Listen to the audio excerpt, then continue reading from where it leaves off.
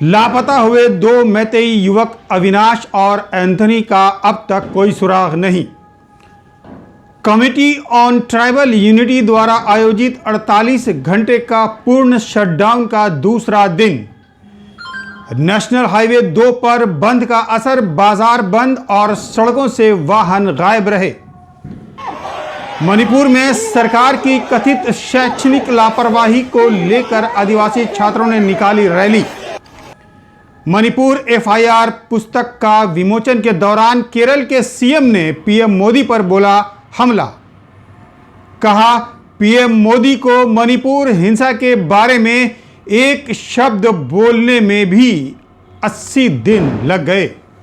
नमस्कार दोस्तों, बोले इंडिया के एक और नए वीडियो में आप सबका स्वागत है। मैं हूं मंजर आलम।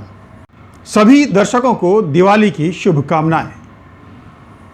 दिवाली बुराई पर अच्छाई की जीत है और अंधकार पर प्रकाश का विजय का उत्सव है। आज पूरा देश दिवाली मना रहा है। बोले इंडिया के सभी दर्शकों से मेरा एक आग्रह है कि आप अपने घर परिवार में दिवाली मनाते समय मणिपुर में मारे गए लोगों को ज़रूर याद करें कि आज उनके यहाँ ये त्यौहार मनाया जा रहा होगा तो कैसे, वे किस स्थिति में होंगे। आखिर वे भी तो भारत माता के संतान हैं, हमारे अपने हैं। खबर यह भी है कि मणिपुर में दिवाली नहीं मनाई जा रही है। खैर, इस प्रार्थना के साथ कि मणिपुर में जल्द से जल्द शांति लौटे और सब कुछ पहले जैसा ही हो जाए, पढ़ते हैं खबरों की।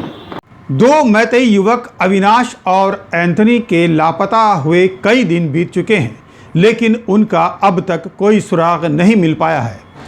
इस सिलसिले में आज कई संगठनों ने मिलकर एक बैठक की, जिसमें मीरा पैबिस सामाजिक कार्यकर्ताओं, छात्र संगठनों और राजनेता सबों ने भाग लिया और दोनों लापता हुए युवकों का पता लगाने के लिए आगे की कार्रवाई किस दिशा में होनी चाहिए, इस पर चर्चा की। बैठक पश्चिम इंफाल जिले के लामशंग पुलिस स्टेशन के अंतर्गत अखाम ग्राउंड में हुई। कमेटी ऑन ट्राइबल यूनिटी द्वारा आयोजित सदर हिल्स कांगपोकपी के 48 घंटे के कंप्लीट शटडाउन के दूसरे दिन जिले में राष्ट्रीय राजमार्ग 2 पर दुकानें, व्यापारिक प्रतिष्ठान, शैक्षणिक संस्थान और वाहनों की आवाजाही पूरी तरह से बंद रहे। 48 घंटे का यह पूर्ण शटडाउन 13 नवंबर की सुबह 6 बजे समाप्त होगी। समिति ने कहा है कि 48 घंटे का पूर्ण शटडाउन के बाद जनता के साथ विचार विमर्श करने के बाद ही फौरन आगे की कार्रवाई पर विचार किया जाएगा। राज्य सरकार की शैक्षणिक लापरवाही के विरोध में शनिवार को मणिपुर के चुराचांदपुर में व्यावसायिक पाठ्यक्रम कर रहे हजारों छात्रों ने एक विरोध रैली का आयोजन किया।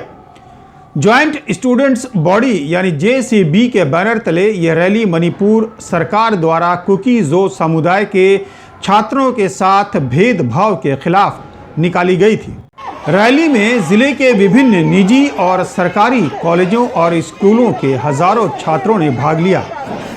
विस्थापित मेडिकल, इंजीनियरिंग, नर्सिंग और अन्य पाठ्यक्रमों के छात्रों ने आरोप लगाया है कि वे अपनी पढ़ाई जारी रखने में असमर्थ हैं, क्योंकि सरकार उनके लिए वैकल्पिक व्यवस्था करने में विफल रही है।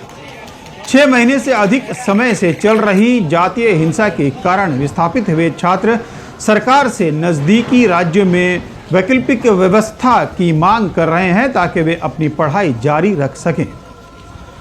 छात्रों ने CDS इन्फोटेक के ऑनलाइन परीक्षा के माध्यम से ऑनलाइन परीक्षा फिर से शुरू करने की मांग भी की है, जिसे 3 मई 2003 के हिंसा भड़कने के बाद बंद कर दिया गया था।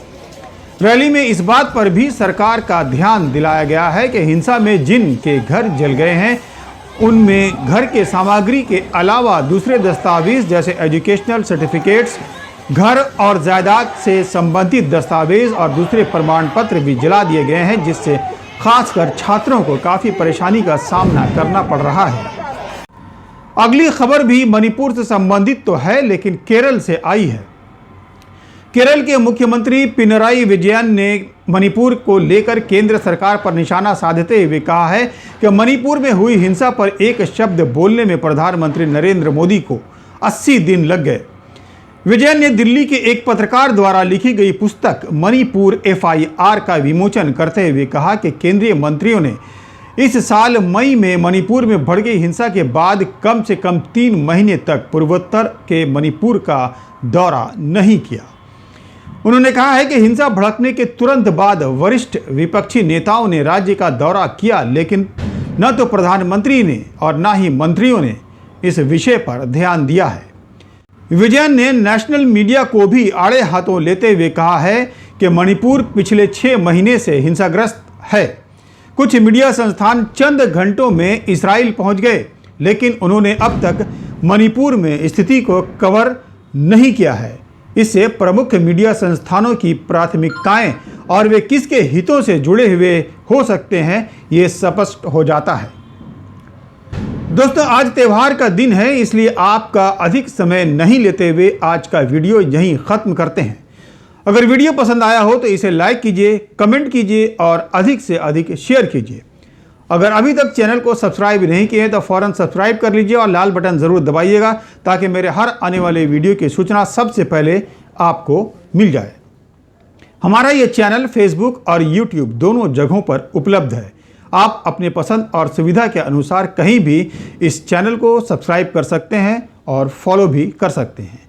अगर YouTube पर आप ये वीडियो देख रहे हैं तो आप ज्वाइन बटन दबाकर चैनल का मेंबरशिप भी ले सकते हैं। दोस्तों, आज के इस वीडियो में इतना ही। अगले वीडियो में फिर मिलेंगे और आपको बताएंगे कि इंडिया क्या बोल रहा है। तब तक के लिए नमस्कार।